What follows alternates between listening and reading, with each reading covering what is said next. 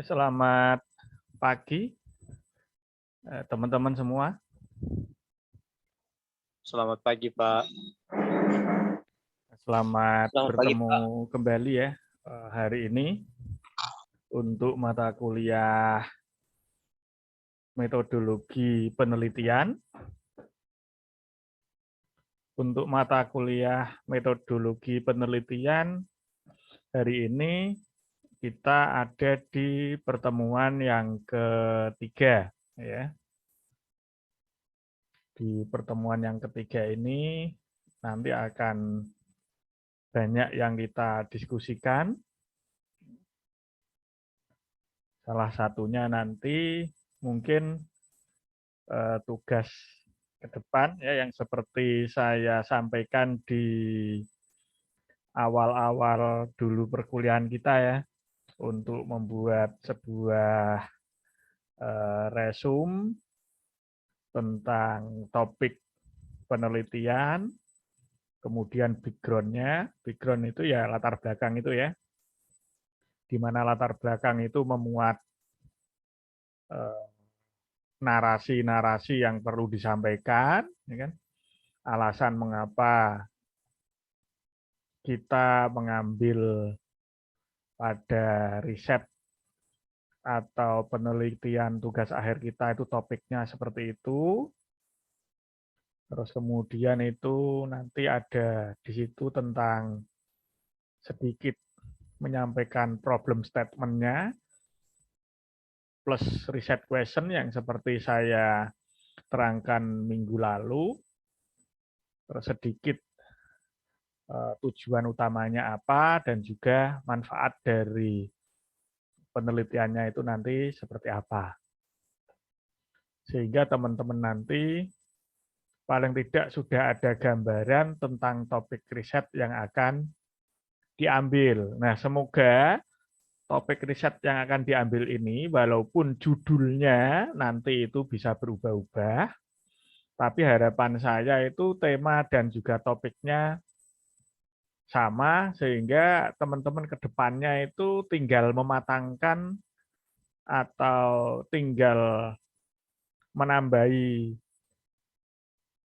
dengan data-data yang diperlukan ketika bimbingan dengan dosen pembimbing nantinya di tugas akhir.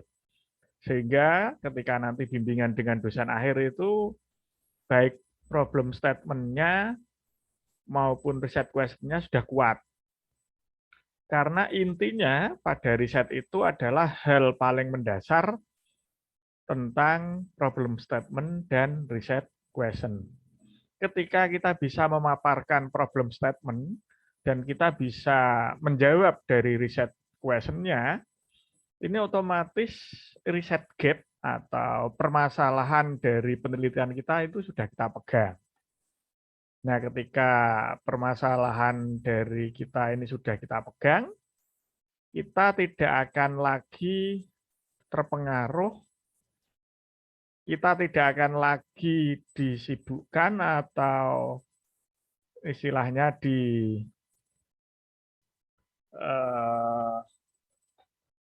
apa ya istilahnya ya, diombang-ambingkan ya, diombang-ambingkan oleh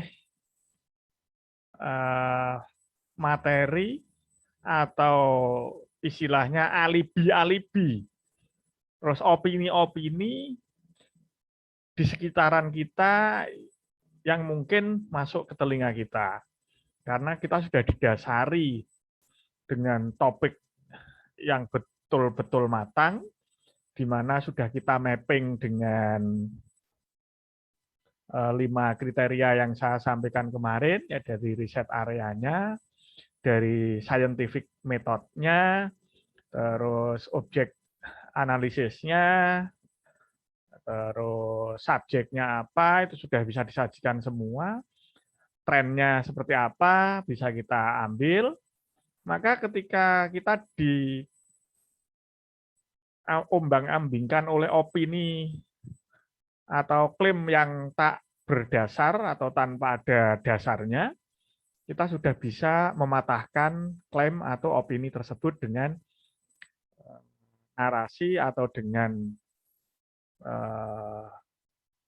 keilmuan yang sudah kita sajikan, ya, bukan lagi opini, ya. Jadi apa yang kita sampaikan tidak lagi klaim sepihak. Intinya klaim sepihak itu menurut saya itu. Jadi kalau dalam penelitian, ingat ya, teman-teman nanti ketika presentasi sidang pendadaran atau sidang tugas akhir, maupun intinya berkaitan dengan pertanyaan di sidang tugas akhir, jangan sampai jawaban itu menurut saya. Itu hal pokok yang harus dihindari. Karena kalau jawabannya adalah menurut saya, itu namanya opini. Nah, opini itu tidak berdasar. Kalau teman-teman katakanlah nanti menjawab pertanyaan dengan menyampaikannya itu menurut saya bla bla bla bla bla bla, ini adalah benar. Nah, nanti penguji juga akan menjawab dengan menurut saya. Lah, menurut saya topik yang Anda sampaikan, topik yang Anda ajukan tidak layak menjadi sebuah riset tugas akhir. Tidak layak menjadi suatu karya penelitian di tugas akhir. Nah, ini kan boleh-boleh saja. Kenapa? Karena menurut saya. Nah, hal ini yang harus dihindari. Kalau teman-teman nanti menyampaikan narasi, menyampaikan sesuatu, itu harus ada dasar teorinya. Jadi ingat, kalau bisa itu setiap statement yang kita keluarkan dalam penelitian, itu harus ada landasan teorinya yang melandasi. Jadi misalkan ya, teman-teman menyampaikan, ya kan, rokok itu pahit. Rokok itu mengganggu kesehatan fisik, sehingga paru-paru bisa saja terkena imbas dari racun yang keluar dari nikotin. Nah, ketika teman-teman berbicara atau mengatakan seperti itu tidak boleh menurut saya. Jadi misalkan, menurut saya itu rokok itu nggak baik, Pak. Karena menurut saya, rokok itu bisa mengganggu kesehatan fisik. Ya kan? Berdasarkan pengamatan saya, ya kan, paru-paru itu nanti bisa kena itu, nggak baik. Nah, ini kan menurut Anda, ya kan, bisa lain dan bisa saja pandangannya berbeda ketika hal ini disampaikan oleh orang lain dan menurut orang lain tersebut. Ini nggak boleh, yang harus dihindari. Nah, yang disampaikan apa? Nah, menurut penelitian yang dilakukan oleh Badan Kesehatan Dunia atau WHO pada tahun 2020, sumbernya itu dari situs resminya WHO dan bisa didownload dalam jurnal World Organization Health, bahwa merokok itu merusak dan mengganggu kesehatan. Nah, nanti dengan merokok itu, menurut WHO tadi di dalam jurnalnya yang diterbitkan oleh artikel jurnal di World Organization Health, bahwa paru-paru itu bisa rusak karena akibat merokok. Nah, ini yang harus teman-teman sampaikan. Ketika penguji, ketika orang lain mendengar hal ini, mereka sudah tidak akan bisa melakukan bantahan. Kenapa? Karena ini sudah melalui penelitian yang dilakukan oleh orang sebelumnya. Paling banter nanti, penanya itu akan mengajukan pertanyaan tentang validitas dari sumber yang teman-teman sampaikan, bukan dari materi substansi yang Anda sampaikan. Nanti kita itu dikejar pertanyaannya, lu kok bisa Anda mengatakan seperti itu dari WHO? Apakah sumbernya dari WHO itu valid? Anda mendapatkan sumber dari WHO itu dari mana? Seperti itu kan?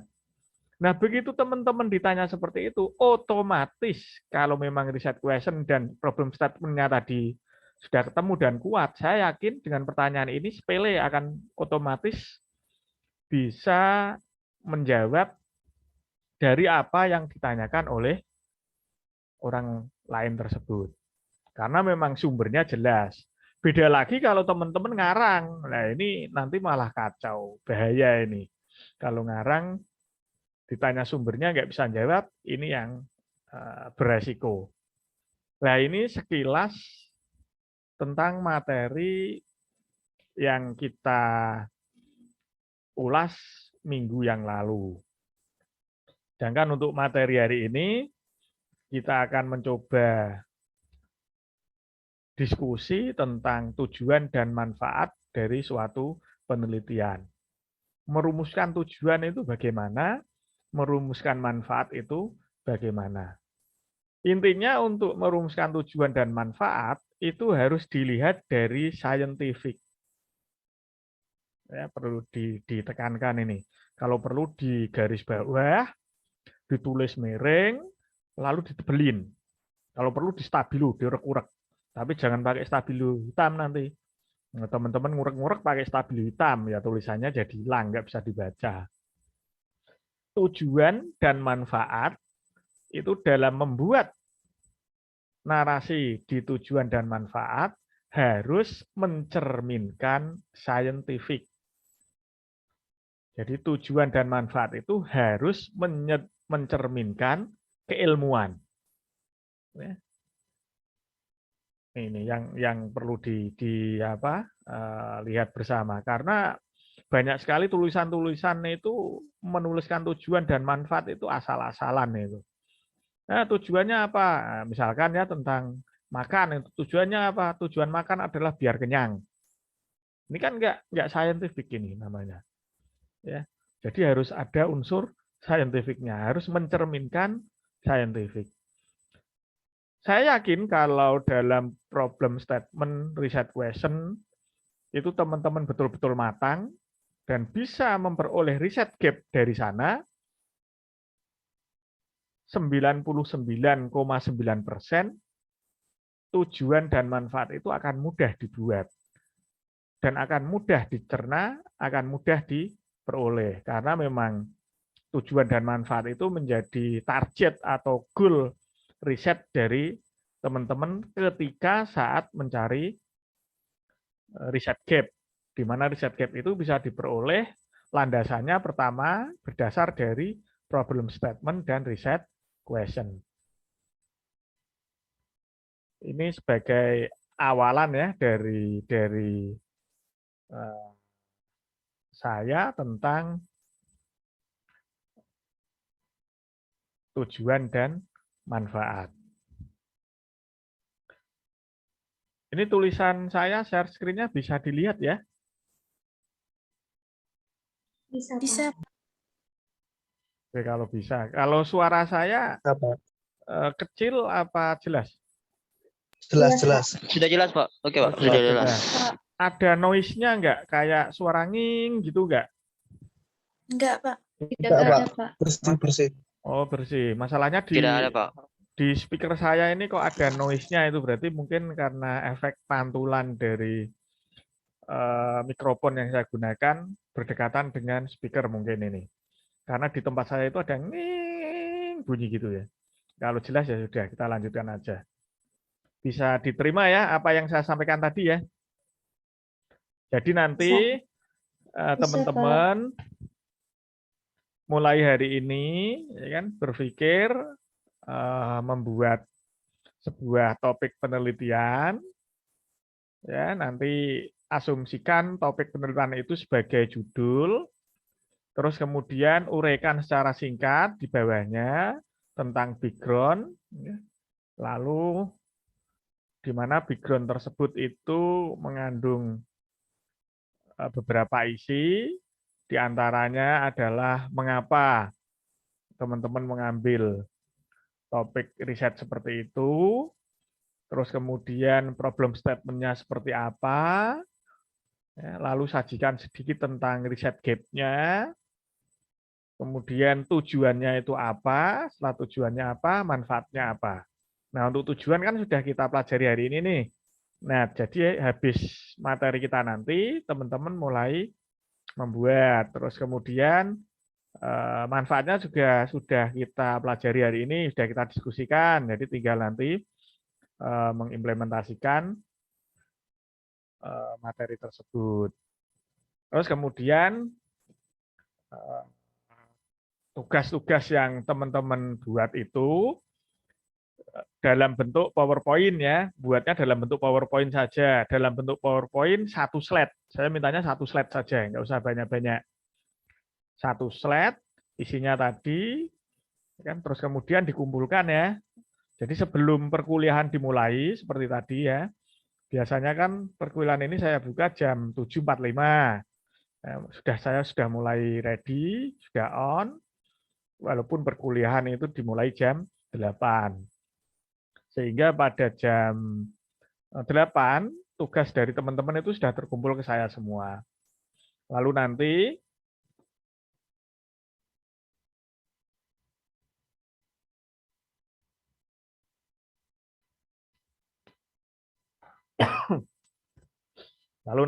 teman-teman akan saya minta tolong mempresentasikan apa yang sudah dibuat itu satu-satu. Nah, dari satu itu nanti kita diskusikan bersama bareng-bareng, kita lihat bersama bareng-bareng, ya kan, kira-kira sesuai enggak background dengan topik yang diajukan. Terus kemudian tujuan dan manfaatnya itu sudah menjawab dari pertanyaan penelitian yang ada di background belum, ya kan? Lalu ya, dari situ tren untuk riset topiknya tadi itu sesuai enggak dengan tren yang terjadi saat ini. Nah, sehingga teman-teman nanti harapan saya ke depannya topik itu tidak akan berubah ketika teman-teman mengajukan skripsi maupun tugas akhir. Sehingga di sana nanti tinggal melanjutkan saja. Pokoknya kalau kuliah metodologi dengan saya, kemungkinan nanti dalam pelaksanaan pengambilan topik tugas akhir, menyusun laporan itu mudah. Ya. Kalau sesuai dengan apa yang saya sampaikan ya. Nanti teman-teman tinggal mengalir saja. Tinggal mengalir, ikuti pembimbing. Enak gitu loh. Ketika diskusi dengan pembimbing juga enak. Kenapa? Karena memang dilandasi dengan ilmu pengetahuan dan teknologi, tidak asal copy paste. Hindari ya copy paste ya dalam riset. Apapun yang disajikan dalam penelitian, hindari semaksimal mungkin copy paste. Buatlah narasi menurut analisis teman-teman sendiri. Walaupun pokok bahasan narasinya itu bersumber dari tulisan orang lain. Nah, nanti tulisan orang lain tadi bisa disitasi.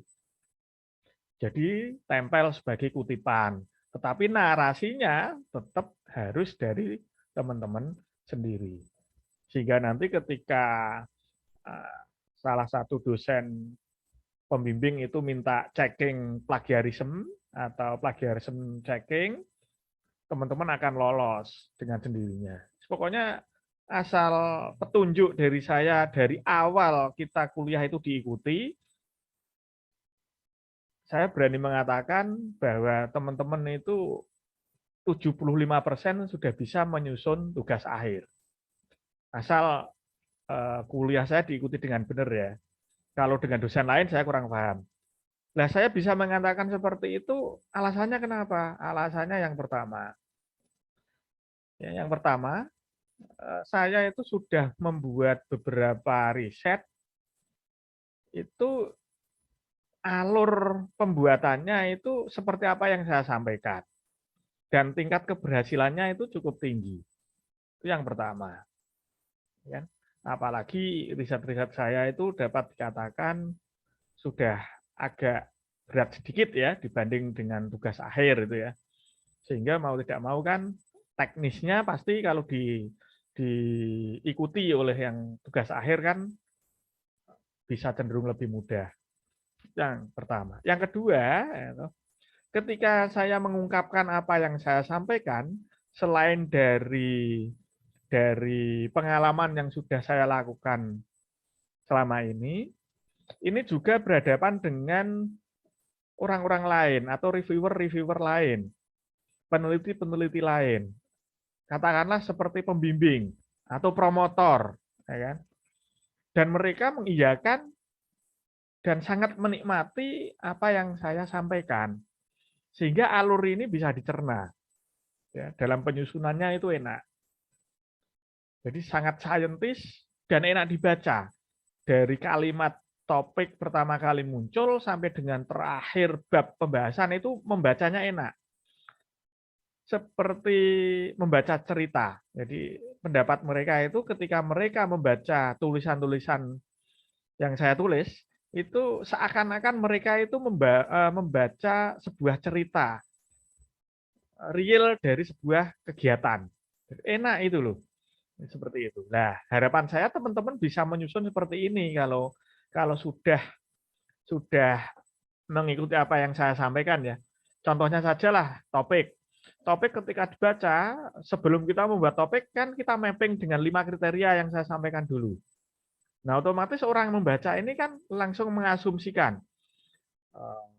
riset areanya seperti apa, trennya seperti apa, scientific metodenya seperti apa, objek penelitiannya seperti apa, kan sudah terbayang semua itu. Jadi dia itu membacanya langsung tek, enak gitu ya. Secara saintifik langsung ketemu.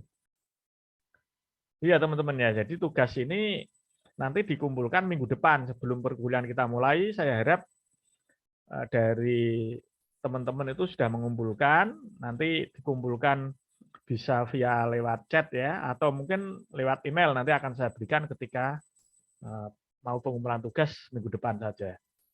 Bisa via email atau via chat di Zoom. Nah, balik ke pembahasan dan diskusi kita hari ini yaitu tentang tujuan. Nah, tujuan dari sebuah riset itu nanti menarasikannya itu bagaimana? Nah, tentunya teman-teman yang pertama kali harus lihat adalah nanti tujuan itu harus mencerminkan tulisan yang menyatakan tentang hasrat utama peneliti. Keinginan peneliti melakukan penelitian itu seperti apa? Tentunya hasrat penelitian ini menjadi sebuah alasan melakukan penelitian tersebut. Nah, yang perlu dijelaskan di sini, di dalam menyatakan hasrat utama peneliti ini adalah aspek terpenting dari suatu penelitian tersebut. Nah, ini yang harus lihat. Terus kemudian tujuan penelitian itu juga harus mencerminkan suatu pusat kegiatan penelitian. Pusat kegiatannya itu di situ. Namanya Center of Research. Ya, di mana pusat penelitiannya itu bisa dilihat di situ. Makanya saya tadi di awal mengatakan bahwa tujuan penelitian itu akan menjawab dari problem statement dan juga riset question yang ada di background. Kalau tujuan dari penelitian ini tidak bisa menjawab, dapat dikatakan bahwa riset atau penelitian yang dibuat itu adalah asal-asalan, sehingga tidak nyambung. Kasus apa yang dihadapi, kasus apa yang ingin diselesaikan, tujuannya apa, sudah berbeda.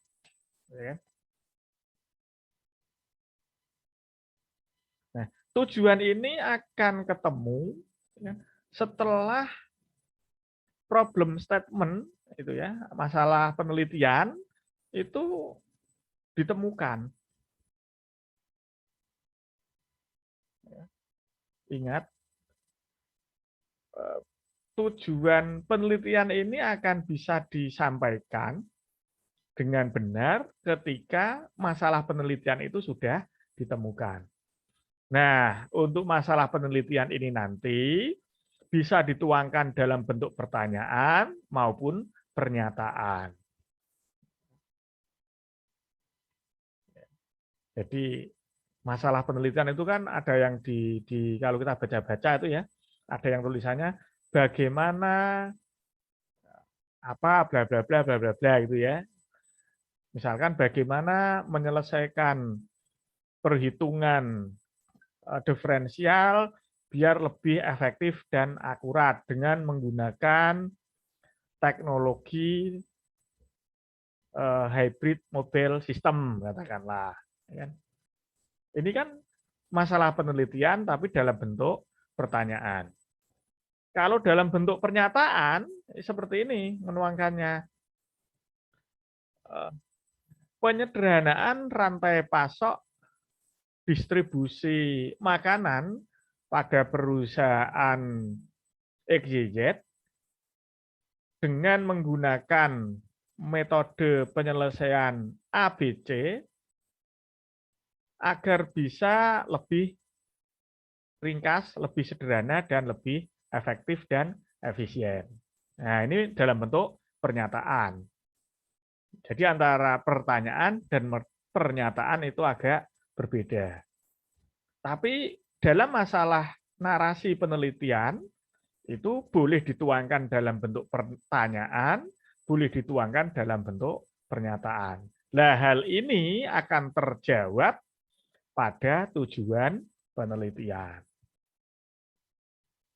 Nah, nanti di dalam menerangkan atau menuliskan tujuan penelitian, itu bisa dari tujuan umum dan bisa dari tujuan khusus. Jadi nanti ada tujuan yang sifatnya umum dan ada tujuan yang sifatnya khusus. Kalau nanti kita menarasikan masih dalam bentuk tujuan umum, itu biasanya berhubungan dengan pernyataan masalah penelitian. Nah, hal ini biasanya masih berupa tujuan yang berskala besar ya, masih apa ya, umum, belum spesifik. Ya. Contohnya ya, kenapa kita harus sekolah, katakanlah. Kenapa kita harus belajar? Nah, tujuan umumnya apa? Biar pinter. Nah, biar pinter ini kan tujuan umum ini. Masih banyak mengandung unsur-unsur yang harus dan yang bisa didefinisikan. Ini tujuan umum. Sedangkan tujuan khusus itu lebih spesifik, dia lebih kecil, dan lebih mengarah ke hal-hal yang bersifat khusus. Walaupun demikian, tujuan khusus ini harus mencerminkan, harus merupakan breakdown dari tujuan yang bersifat umum yang tadi. Jadi tujuan umumnya seperti apa, lalu kita nanti setelah itu kita breakdown menjadi tujuan-tujuan yang khusus. Walaupun seperti itu, ya kan, tujuan itu harus mencerminkan scientific. Kita melihatnya adalah dari sisi keilmuan. Ingat, tujuan dari sebuah riset penelitian atau penelitian tugas akhir, penelitian skripsi, dan penelitian yang lain, dalam menarasikan tujuan harus mencerminkan keilmuan. Jangan asal-asalan dan jangan asal sembarang ambil. Harus mencerminkan penelitian.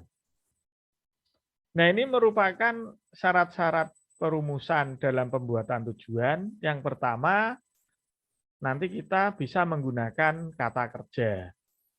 Jadi, tujuan itu harus ada unsur kata kerjanya.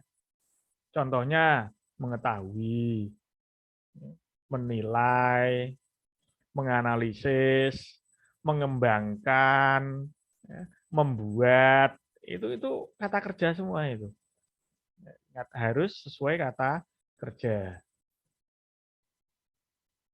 Nah, setiap tujuan harus mengandung satu aspek saja.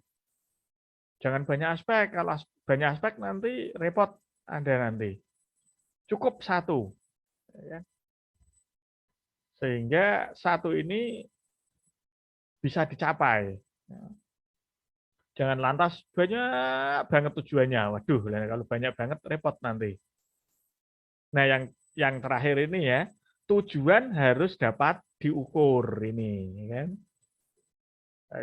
Dapat diukur itu ya baik dari skala waktu, baik dari tingkat akurasi, validitas, ya, itu ya harus dapat diukur tadi tujuannya. Jangan membuat tujuan itu ngambang ke kanan, ke kiri, ke atas, ke bawah, nggak karuan, sehingga ya nggak dapat diukur, nggak bisa ditentukan nilainya.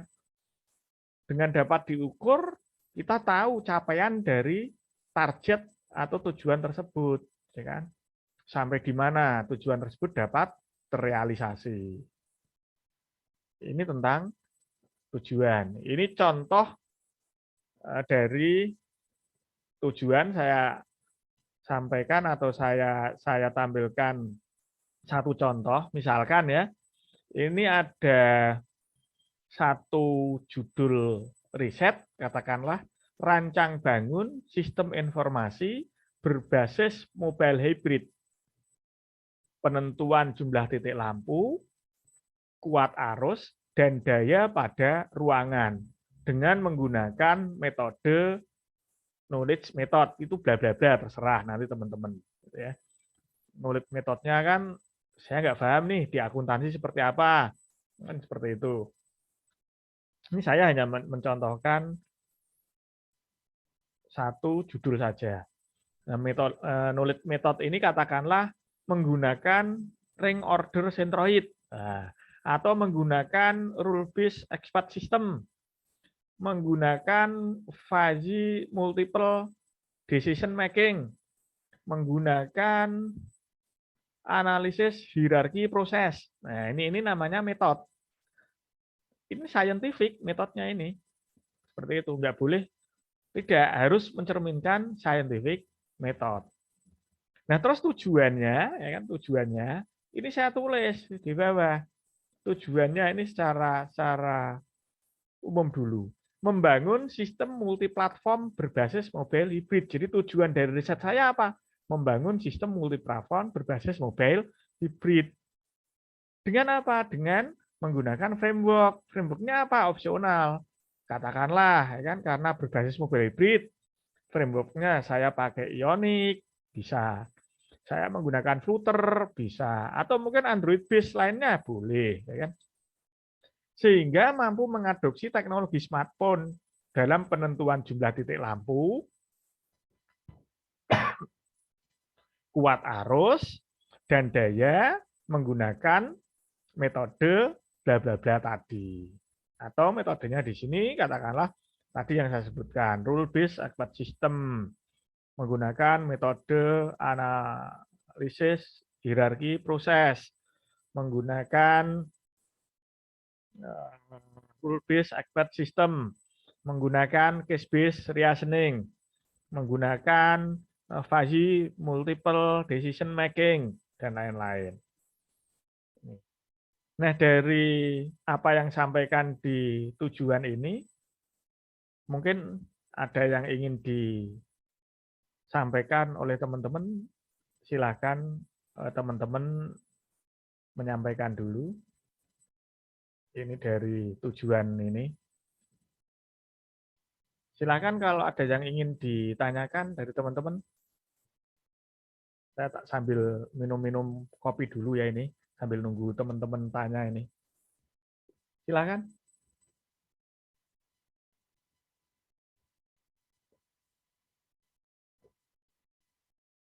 Tes, halo? Jangan-jangan tulis suara saya hilang Ya, ini. Pak. Ya, silahkan tanya. Pak, mau nanya yang tugas tadi. Boleh ya. Yang maksudnya itu kita buat penelitinya dari mana sebenarnya dulu, Pak? Kalau kalimat tadi. Gimana maksudnya ini, Mbak Murni? Suaranya bisa diperjelas, suaranya karena agak mendengung. Iya Pak, suaraku kedengaran Kak. Ya, sudah. Ini kedengeran. Aku mau nanya yang tugas tadi Pak. Maksudnya tugasnya mulai dari mana ini Pak? Tugasnya dimulai dari topik penelitian. Jadi teman-teman nanti nengok kanan kiri, melihat-lihat topik-topik apa yang kira-kira bisa diangkat menjadi tugas akhir. Nah, topiknya yang nyari ya teman-teman sendiri. Kalau saya kan kurang paham apa yang dialami, apa yang terjadi di sekitaran dari teman-teman. Atau mungkin itu kalau fenomena gap ya, kalau dari riset gap, apa yang teman-teman baca, apa yang teman-teman pelajari dari bahan-bahan bacaan yang ada, kemudian ada masalah. Nah, ini teman-teman bisa mengungkapkan masalah itu, lalu dirumuskan menjadi suatu topik riset baru, yaitu risetnya teman-teman semua. Tentunya dari riset ini, dari topik yang diajukan oleh teman-teman, di mapping dengan menggunakan 5 kriteria yang saya ajarkan di minggu pertama dulu. Kalau kira-kira mappingnya bagaimana, kriterianya apa saja, 5 itu nanti teman-teman bisa cari di YouTube, bisa dibaca ulang, bisa dicermati lagi, kriteria-kriteria mapping 5 kriteria yang saya sampaikan di awal-awal kuliah kita. Nah, kalau sudah sesuai dari 5 kriteria, intinya originalitas dari topik teman-teman ini bisa dipertanggungjawabkan karena sudah memenuhi 5 unsur kriteria tersebut. Tinggal nanti dilanjutkan pada background, latar belakang masalahnya. Nah, latar belakang masalah teman mengambil itu apa? Itu disampaikan di sana. Itu ya Mbak, yang dilakukan pertama kali ya. Pak, kalau judulnya nanti ini ada yang sama dengan sumber yang dari Google, boleh nggak ya Pak? Judulnya sama dengan yang dari Google. Google. Usahakan Ya. berbeda Mbak. Nah, karena ini untuk nantinya riset ke depan kita sendiri juga kan. Ini juga topiknya dari teman-teman yang intinya nanti harapan saya bisa dilanjutkan sebagai topik tugas akhir. Sehingga nanti ketika tugas akhir, teman-teman itu tidak pusing lagi mencari topik penelitian. Tinggal melanjutkan dari kuliah hari ini. Kuliah ini. Maksud saya kuliah ini, walaupun nanti ada perubahan, perubahan itu hanya sebatas pada narasi penulisan kata, bukan pada inti substansi dari topik tersebut. Harapan saya seperti itu. Boleh ngambil topik-topiknya dari mana saja boleh, ya kan? Misalkan dari Google juga boleh, tapi jangan dibuat persis dari Google. Tapi usahakan Google itu sebagai landasan kita mencari suatu topik. Nah, ini yang disebut sebagai riset gap. Jadi Mbak Murni misalkan mengambil dari Google ya teori-teori, bacaan-bacaan dibaca, katakanlah seperti yang saya sampaikan kemarin. Dari tulisan-tulisan saya lah katakanlah ya, dari scholar yang saya tulis itu ya dibaca. Terus kemudian dari situ tercermin sebuah ide. Oh, saya ingin meneliti ini nih. Karena penelitian ini belum dilakukan oleh penulis yang saya baca. Bahkan penelitian yang saya ajukan itu menjadi sebuah kendala di penelitian-penelitian yang awal-awal sehingga belum dipecahkan. Nah, itu boleh. Malah justru itu yang benar gitu ya. Seperti itu, Mbak ya. Iya Pak. Terus yang isi yang PPT-nya ini tadi cuma judul aja Pak atau ada yang lain? Oh, nanti saya beri di akhir-akhir perkuliahan ini nanti saya beri template-nya nanti, template PowerPoint-nya. Ya. Maksudnya template PowerPoint kan nanti?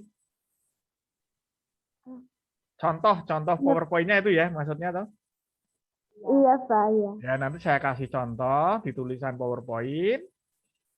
Satu slide PowerPoint nanti dicontoh atau dibuat template atau model. Nanti saya kasih contohnya di akhir perkuliahan ini, di akhir pertemuan ini. Baik Pak, makasih Pak. Pokoknya kalau saya memberikan sesuatu itu mesti saya kasih solusinya lah. Jangan khawatir. Saya itu kasih dalam memberikan tugas pun itu walaupun kelihatan berat ya, sebetulnya itu nggak berat. Malah justru sebetulnya itu meringankan beban, meringankan tugas dari teman-teman semua di kemudian hari. Tidak hanya dengan perkuliahan saya tok, tapi justru itu membuat kita ringan di perkuliahan yang sangat urgent, yaitu di penelitian yang menjadi tujuan atau yang menjadi syarat akhir teman-teman memperoleh gelar sarjana terapan. Itu malah justru mempermudah itu sebetulnya. Cuman kadangkala itu ada beberapa mahasiswa itu yang melihatnya itu dari sisi, waduh, tugasnya kok berat, waduh, tugasnya kok sulit, wah kuliahnya Pak Mufatul itu membingungkan. Nah, melihatnya mungkin ada teman-teman sebagian yang melihatnya dari sana, sehingga tanpa ragu dan tanpa basa-basi itu mawar hitam yang bicara, kadang-kadang seperti itu. Tapi bagi saya nggak masalah diklaim seperti itu, tapi intinya nanti pasti mahasiswa itu akan sadar dan akan tahu bahwa apa yang saya sampaikan dan apa yang saya berikan itu akan membantu mahasiswa tersebut di kemudian hari. Dan ini sudah terbukti di beberapa mahasiswa yang ternyata setelah dia lulus, dia sangat berterima kasih dengan apa yang saya sampaikan. Seperti itu. Pokoknya dinikmati sajalah kuliah dengan saya, kita komunikasi, ya, saling terbuka. Ya kan? Yang jelas jangan terbuka pakaiannya ya, kalau terbuka pakaiannya di depan kamera malah nanti menjadi hal-hal yang kena UU ITE pornografi ya. Terbuka itu maksudnya itu terbuka wawasannya, jujur dengan masalah yang dihadapi, disampaikan ke saya agar saya bisa memberikan solusi-solusi yang teman-teman hadapi. Tentunya berkaitan dengan topik perkuliahan kita tentang metodologi penelitian. Ya. Jangan lantas curhatnya masalah pacar. Ya. Ada saya pernah bimbingan dengan mahasiswa itu malah curhat masalah pacar ini.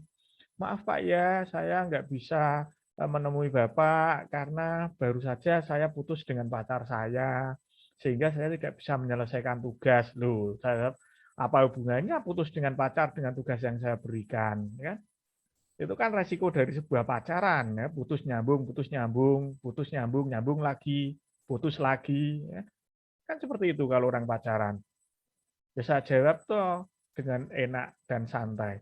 Jangan khawatir, Mas, ya kan. Kalau pacaran kita itu putus, pakai saja tagline kipas-kipas cari angin. Pacar lepas, ganti yang lain. Saya jawab seperti itu, ya kan. Nah, mungkin dari teman-teman ada yang ingin disampaikan dan ingin ditanyakan lagi. Silakan tanya. Sebelum ini kita lanjutkan ke manfaat. Silakan tanyakan saja. Halo Pak. Ya. Halo Pak. Satu-satu. Mas Desful dulu ya. Mbak Wina nanti. Nah, tadi kan Bapak tadi sampaikan ya, misalnya menurut saya ini kan itu kan akan dibantah dong sama dosanya. Ya. Nah, bagaimana dengan ini Pak? Menurut evaluasi dari atau gimana atau bagaimana namanya?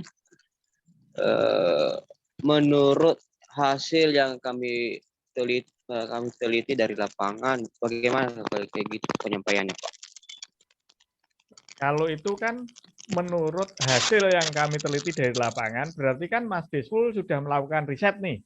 Iya. Iya kan? Nah, kalau sudah melakukan riset, tentunya kan punya data. Pasti di akhir dari kalimat itu nanti akan menampilkan data yang ditemukan kan? Nggak mungkin menurut kami, menurut hasil yang kami teliti di lapangan, bla bla bla, tapi nggak ada datanya kan nggak mungkin, ya kan? Pasti kan bunyinya nanti ada datanya, harus disertai dengan data, diikuti dengan data. Jadi menurut hasil yang telah kami lakukan dan kami analisis, kami teliti di lapangan, menunjukkan 75% masyarakat Indonesia itu secara ekonomi di bawah garis kemiskinan. Hal ini berdasarkan dari penelitian yang saya lakukan pada Dinas Kesehatan Sosial, sebanyak 100 orang dan 75% mengatakan pendapatan mereka di bawah rata-rata. Jangan seperti itu ya Mas Desul ya. Ini kan sudah diikuti data namanya. Ya tidak harus persis dengan saya ya kan. Tapi intinya setiap pernyataan kalau ada menurut saya itu kan nggak boleh. Tapi kalau menurut analisis yang kami lakukan di lapangan, belakangan harus diikuti dengan data dan fakta. Begitu, Mas. Bisa. Makasih, Pak. Nah, ada kendala lagi mungkin? Cuma itu saja, Pak. Bisa dipahami kan apa penjelasan dari saya? Bisa, Pak. Oh ya. Bisa, Pak. Bisa, Pak. Ya, oke kan. Lalu Mbak Wina, silakan Mbak. Ya Pak, sini saya mau bertanya. Misalnya kami ada mengangkat satu judul dalam penelitian kan Pak.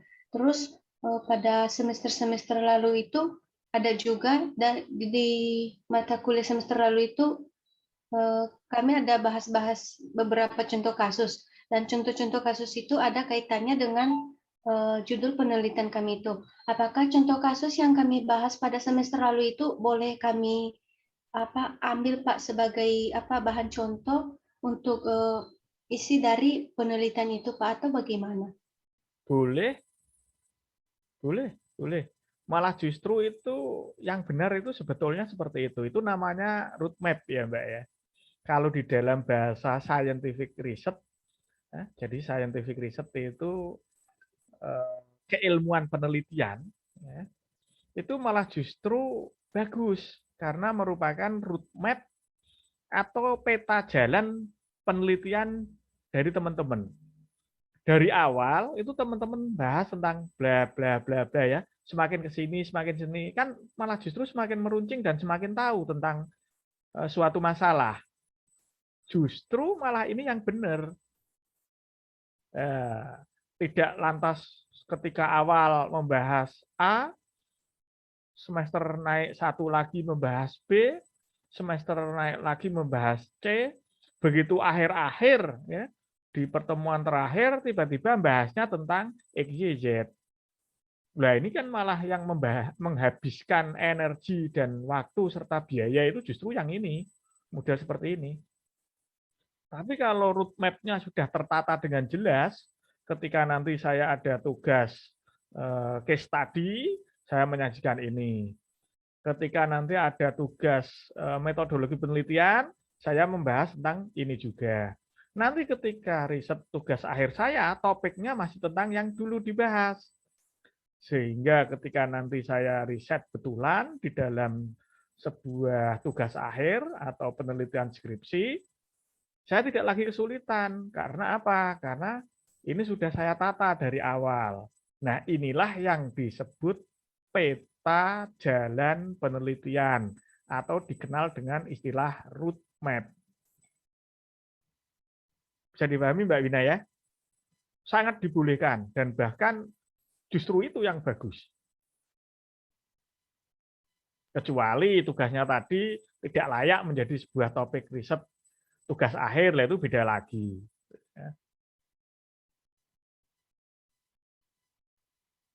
Baik, Pak. Terima kasih. Mungkin ada yang ingin tanya lagi, silakan, atau kita diskusi lagi, silakan.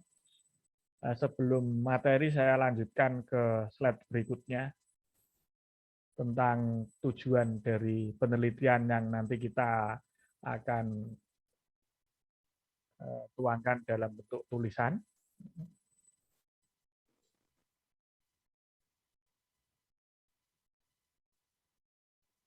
Silakan, ada enggak?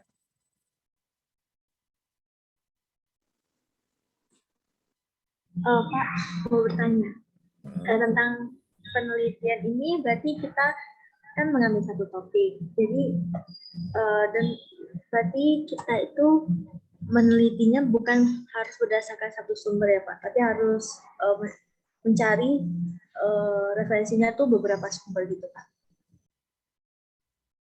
Iya, benar. Kalau referensinya hanya dari satu sumber ya, pernyataan atau case-nya tadi itu kurang bisa dipertanggungjawabkan. Jadi harus dari beberapa sumber yang mendasarinya. Lalu Kak, berarti kalau misalnya kita meneliti sebuah penelitian gitu, berarti apakah kita perlu terjun langsung untuk mencari sumbernya gitu kepada orang-orang gitu, atau berdasarkan buku atau referensi yang ada di internet saja sudah cukup gitu Pak? Nah ini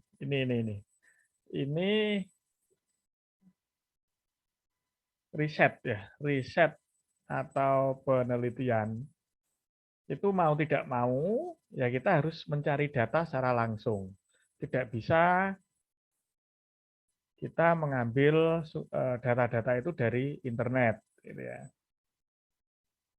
Karena riset atau penelitian ini real, kecuali paper atau artikel. Kalau paper atau artikel itu ada yang namanya riset paper, ada yang namanya review paper. Jadi ada yang hasil riset paper. Kalau riset paper itu adalah sebuah tulisan yang dari hasil penelitian, real ya, seperti tugas akhir, itu pasti real. Pasti harus terjun ke lapangan, pasti harus nyari data. Iya. Terus kalau dari artikel review atau review paper tadi, itu hanya membaca-baca, lalu dirangkum, disimpulkan, ya, dikomparasi menjadi sebuah tulisan baru. Nah itu kalau menulis, kalau paper itu ya itu boleh. Tapi kalau riset itu harus dari real, harus dari datanya ini harus ada dari lapangan. Seperti itu ya Mbak Shirley ya. Baik Pak, terima kasih Pak. Mungkin ada yang tanya lagi, silakan tanya. Jangan malu-malu dengan saya, pokoknya apapun tanyakan gitu saja lah. Santai saja kuliah dengan saya, jangan merasa terbebani ya. Kuliah dengan saya itu pokoknya dibuat enjoy, ya. Jangan merasa terbebani. Kalau ada bisikan-bisikan yang negatif, anggap saja itu sebagai support terhadap diri kita gitu aja lah. Jadi kita hadapi dengan santai. Walaupun santai, kita tetap serius dan terfokus pada materi. Karena materi ini saya harapkan itu memang betul-betul nanti muara outputnya itu di tugas akhir. Jadi teman-teman itu tidak kesulitan ketika nanti tugas akhir. Pokoknya kuncinya satu, ya kan, sampaikan sesuai dengan fakta real di lapangan. Cari solusinya, di mana solusi itu harus mencerminkan sebuah body of knowledge atau secara keilmuan. Sehingga mau tidak mau dalam memecahkan masalah ini, kita menggunakan sebuah metode, di mana metode itu merupakan metode dari sebuah teori keilmuan atau knowledge method. Itu yang tidak bisa terbantahkan. Dan ini yang sangat jarang-jarang sekali ditemukan di lingkup perguruan tinggi kita.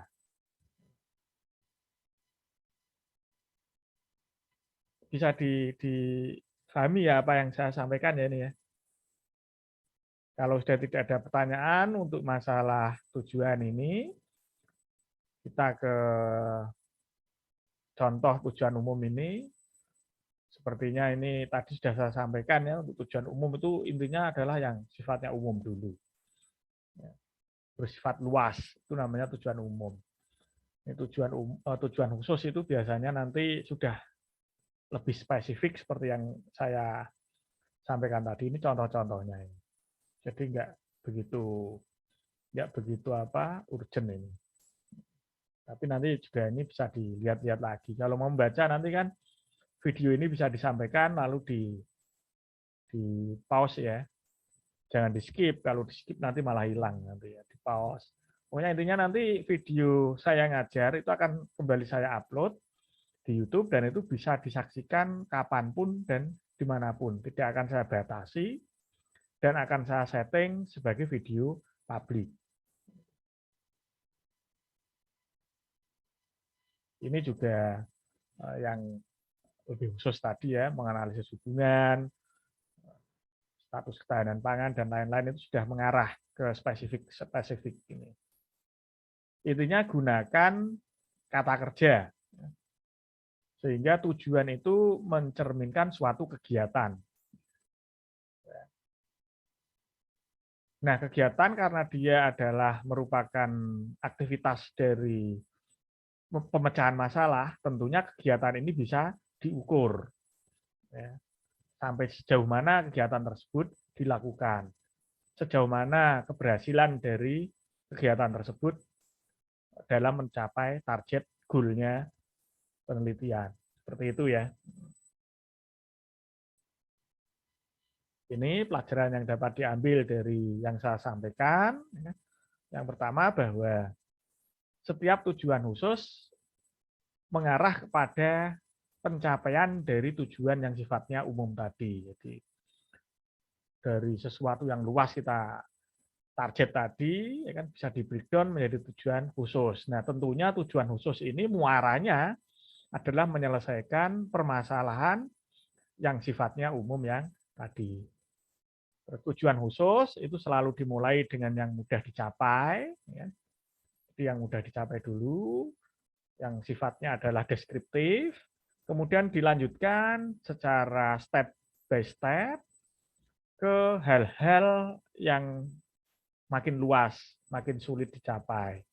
Nah, makin luas dan makin sulit dicapai ini adalah sifatnya analitik. Ya, mungkin itu yang menjadi pelajaran tentang merumuskan tujuan dalam suatu riset pada penelitian tugas akhir atau riset penelitian skripsi. Nah, sekarang kita ke manfaat penelitian. Manfaat penelitian ini nanti harus bisa mencerminkan manfaatnya bagi peneliti ya.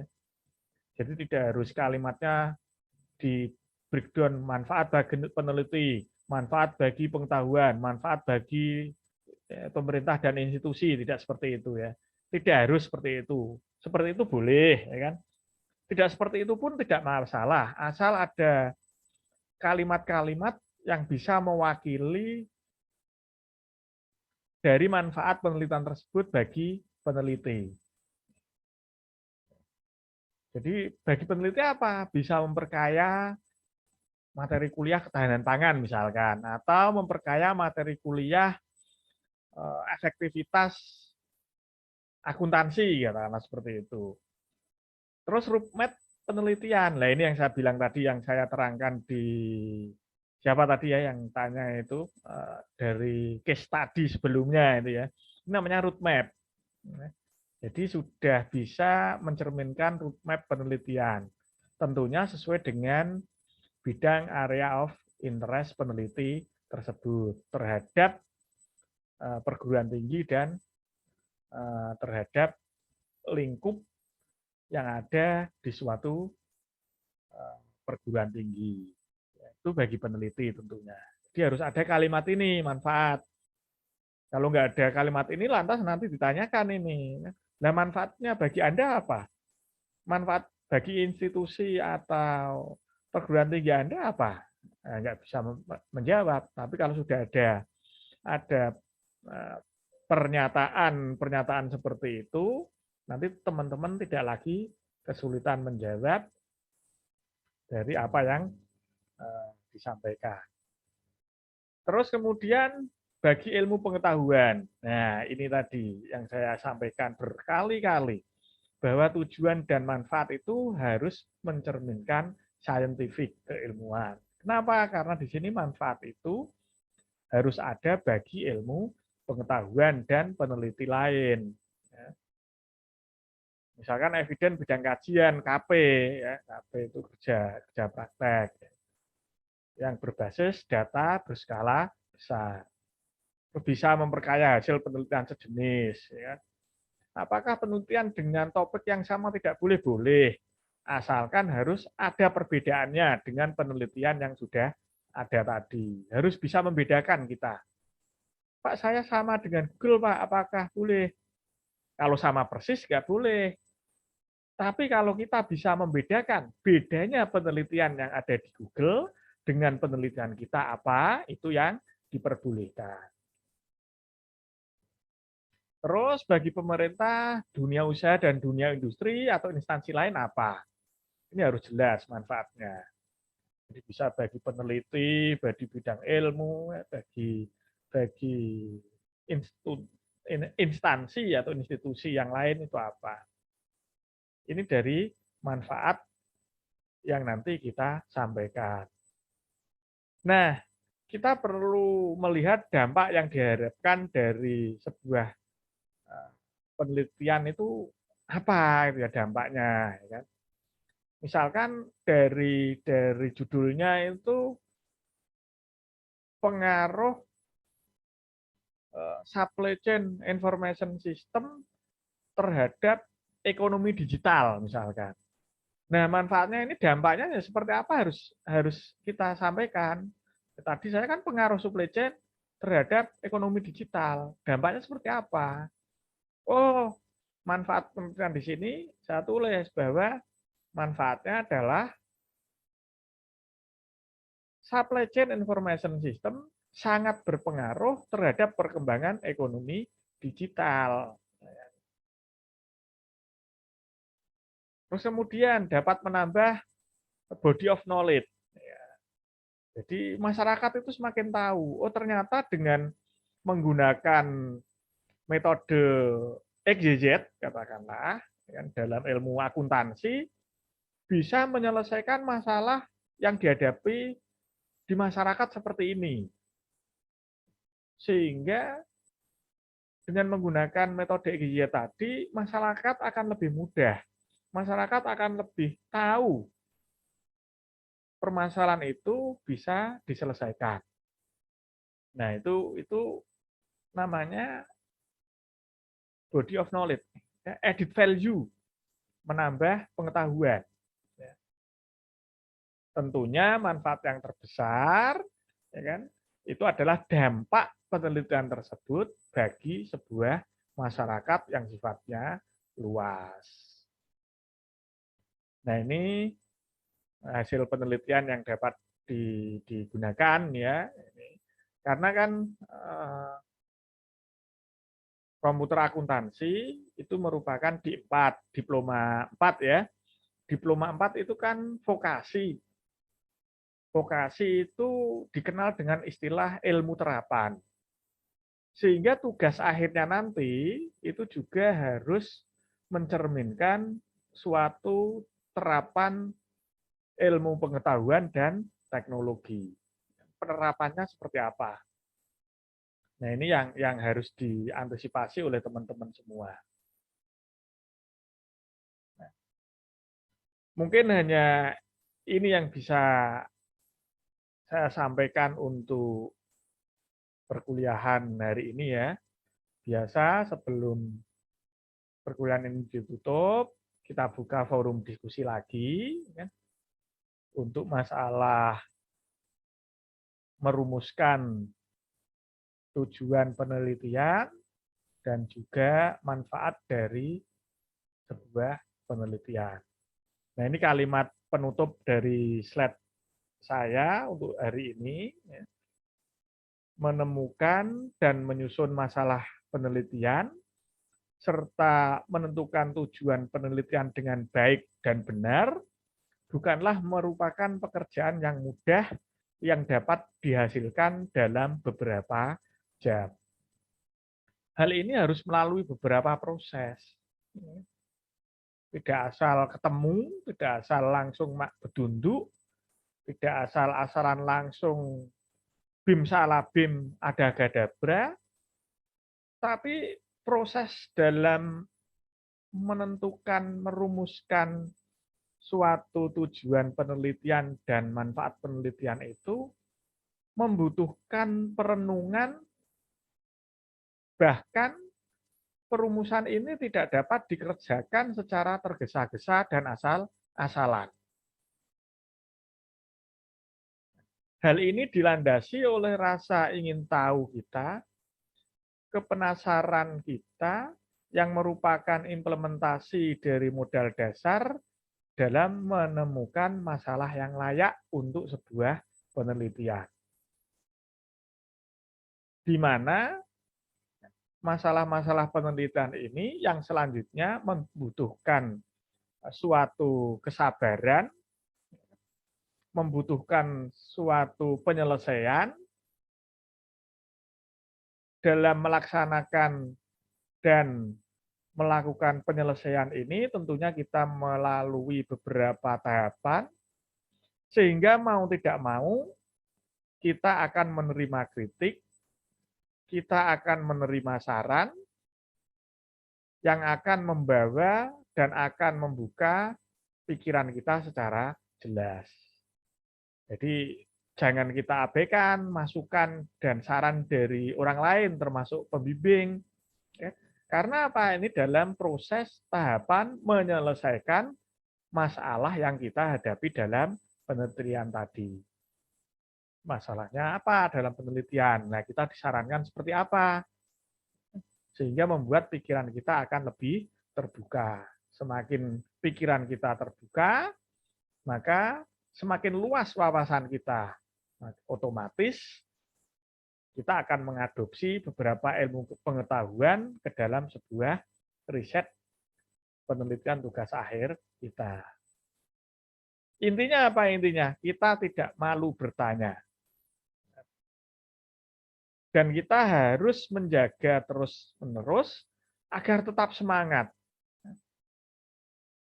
Hal ini kita lakukan agar bisa menjawab masalah dalam sebuah penelitian. Sehingga ketika kita bisa menjawab sebuah penelitian, kita bisa menjawab masalah-masalah yang ada dalam riset tersebut, otomatis dengan sendirinya penelitian kita akan dikatakan berhasil dan sukses. Dengan demikian, riset yang kita lakukan telah selesai. Ini kalimat penutup dari saya. Semoga bisa mengilhami pikiran-pikiran dari teman-teman semua, agar dalam melakukan penelitian nanti, tugas akhirnya betul-betul berkualitas dan berbobot. Mungkin sebelum pertemuan ini kita akhiri, silakan dari teman-teman kalau ingin bertanya-tanya, ingin diskusi tentang perumusan tujuan penelitian dan tentang perumusan manfaat penelitian. Silakan.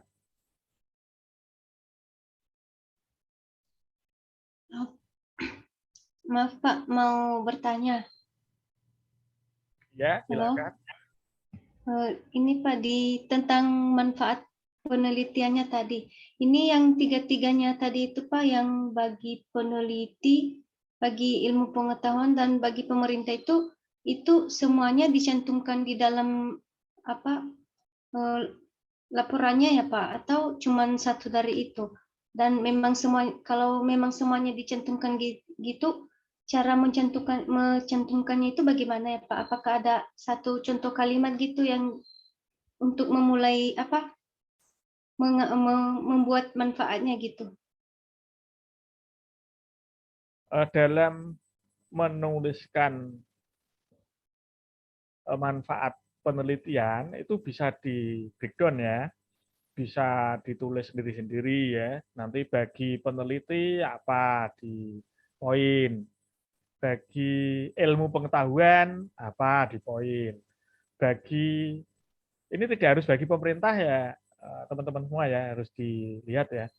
Ini tidak harus bagi pemerintah, tapi bagi instansi apa ya boleh ya kan, tidak harus bagi pemerintah. Di situ makanya saya tulis bagi pemerintah garis miring DUDI. DUDI itu dunia usaha dan dunia industri atau instansi lain ya terserah, instansi tempat melakukan riset itu ya, itu boleh.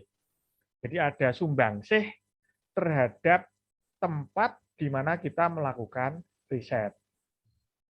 Itu di poin-poin boleh. Terus kemudian mau dijadikan satu dalam satu poin manfaat penelitian ya. Langsung manfaat penelitian poin 1 apa intinya dari beberapa poin itu harus ada yang mencerminkan manfaat bagi peneliti, manfaat kalau manfaat bagi peneliti ini bisa bagi penelitinya dan juga bagi perguruan tingginya ya. Ini terus yang kedua, manfaat bagi pengetahuan ya. Jadi manfaat bagi ilmu pengetahuan dan teknologinya seperti apa. Terus yang terakhir, manfaat bagi pemerintahan atau dunia usaha ataupun dunia industri maupun institusi dan instansi yang lain. Jadi boleh dijadikan satu dalam satu kemasan manfaat penelitian yang langsung di poin, atau mau di breakdown satu-satu manfaat penelitian ya. A, manfaat penelitian bagi peneliti dan perguruan tinggi. B, manfaat penelitian bagi ilmu pengetahuan dan teknologi. C, manfaat penelitian bagi dunia usaha dan dunia industri atau institusi lainnya. Itu juga boleh. Seperti itu ya Mbak ya. Masalah kalimatnya nanti bisa dicari sendirilah, tidak harus sama. Kita harus berinovasi dengan kalimat-kalimat kita sendiri, biar nanti tidak terdeteksi atau biar nanti tidak ke detect sebagai plagiarisme. Itu ya Mbak ya. Ya Pak, terima kasih. Mungkin ada yang lagi sebelum pertemuan ini kita akhiri. Silakan tanya langsung, tidak masalah. Atau jangan-jangan semua ini tidur ini? Belum Pak. Mengikuti Pak. Belum ada, Pak. Masalahnya kalau saya ngajar itu kadang-kadang itu karena suara dan materinya itu mendayu-dayu itu seringkali ada beberapa mahasiswa yang sampai tertidur itu. Pernah itu mahasiswa itu kan pakai HP itu, Zoom-nya itu, lalu dibuat rebahan. Nah, ketika mendengarkan ditaruh di sisi samping kepalanya sambil rebahan. Nah, nggak taunya tertidur. Sampai kuliah berakhir, sudah meeting itu masih saja itu aktif itu. Saya lihat sampai siang itu masih, kenapa itu? Terus minggu depannya saya tanya, ternyata ketiduran. Harapan saya itu ya, walaupun mendayu-dayu, dicermati, diikuti ya, biar bisa mensupport perkuliahan kita. Baik, kalau sampai ini tidak ada pertanyaan, saya anggap teman-teman bisa mengikuti, harapan saya bisa paham, sehingga dalam menentukan topik perkuliahan, topik dari materi yang saya sampaikan, itu tidak mengalami kendala dan bisa mengikuti, sehingga bisa membantu dan bisa mensupport tugas akhir dari teman-teman semua. Untuk hari ini, sekali lagi saya mohon maaf. Terima kasih. Selamat pagi. Terima kasih Pak. Terima kasih, selamat pagi Pak. Terima kasih, selamat pagi Pak.